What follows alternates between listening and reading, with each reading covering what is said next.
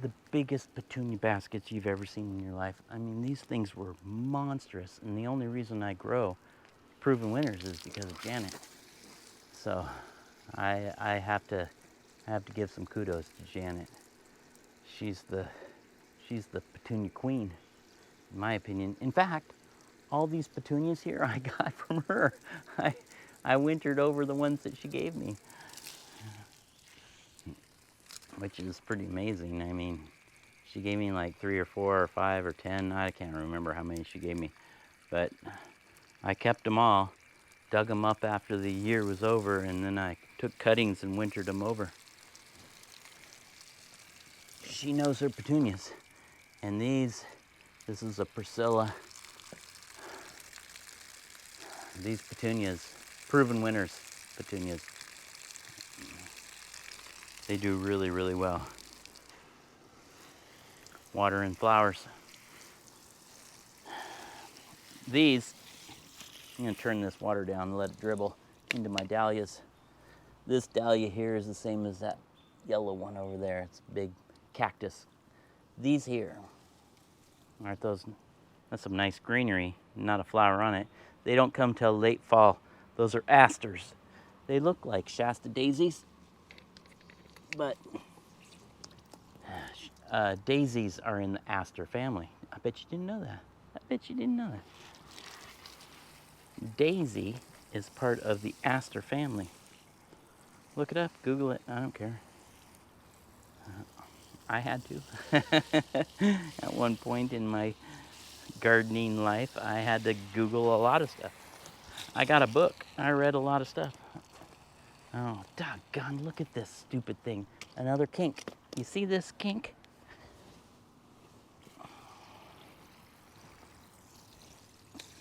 You see how I have these rocks in here with these boards? It's not per se a raised bed. I mean, it's pretty much ground level. But I have that in there for a reason. It's not because I want to make it all look pretty. I do like it to look pretty. But it's there so I can put a winter cover over the top of my beds. I like to fill my beds up with leaf mold and any kind of fertilizer, chicken manure, horse manure, just any kind of fertilizer I can find. I like to put that in, and then I like to put some landscape fabric in. And then on the bed itself, you see these 2x4s like this one right here? I'll put some wood lath down, and then I cover it with landscape fabric. That really keeps the weeds down. And man, by next spring, a quick weed and you're good to go. You're really, it's really changed. It's changed everything about my gardening. Let me show you. I'm going to shut this off for a second. Look at this over here. See how I have my corn, or my beans, or my peas, and they have the rock on each side, but they all have these boards on them. My potatoes here, my cabbage, my lettuce. I have a couple of spaghetti squash in here. More cabbage, another row of potatoes. It's all done for a reason, so that I can cover those up as soon as I harvest the crop. I can cover those, put some leaf mold down, put some landscape fabric down, and then all winter long, I don't have to worry about weeds, because we don't have snow that sits on our stuff, our ground all winter long. That's just not how we are here. We have snow that comes for like a week and then it disappears. Now look at this. You see these petunias? Let me show you how you water a petunia plant, hanging basket. You water that thing, you let the water run until it comes out the bottom. See right here in the bottom? It's not coming out, it's coming out the side. There, here it comes. See it starting to come out the bottom? Now, we're gonna switch to the other one. We're gonna water this one. It's coming out the side. We don't want it coming out the side, we want it coming out the bottom. Here, it's starting to come out the bottom. We're gonna water this thing until it comes out the bottom. All right, now we're gonna water this stuff down below. All these petunias down here. I don't know if you know this about petunias, but you really can't overwater a petunia. Now, in your planting basket, there are other things. Like see inside here, there's a geranium in there, and you can overwater geraniums. The mums, I don't really think you can overwater a mum, but petunias specifically, all winter long, I flood that bottom.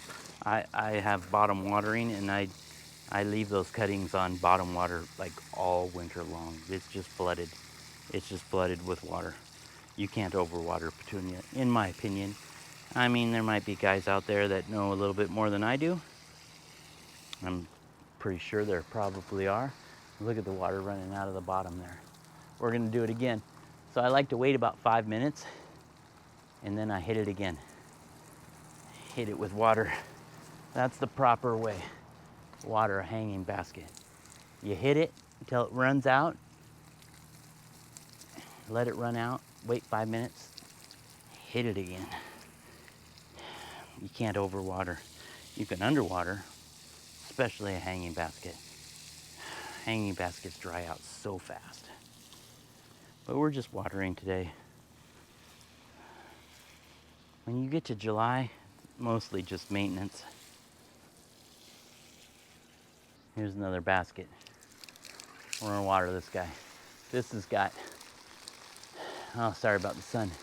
This has got petunias. This has got some geraniums. This has got some trailing stuff. This has got multiple geraniums, or multiple petunias, different kinds. So we're gonna let that run. Come back to this one, let it run until it starts to come out the bottom. That's what we're looking for. And then every week, I like to do it on Sunday, because Sunday's the day you go to church, at least for me. And that's the day you get fed spiritually. So that should be the day that your plants get fed, right? So on Sunday, I fertilize with a liquid fertilizer, a Miracle Grow, or something that dissolves. Alaska, for us, we have a lot of Alaska fish fertilizer up here. And I do that every week. Once a week, I hit it with the liquid fertilizer. And you're good. I mean, water, and once a week you fertilize. You know, always have some 6-month Osmocote. Always. That's a given. If you've watched my channel, you know that. And I got that from Janet. And you know who you are, Janet. Look at these strawberries. They're almost ready. Almost there. Come on. These ones here. These ones I did not get from Janet. I don't know where I got these. I probably bought them at the grocery store. I mean, they look ugly. They're just hideous.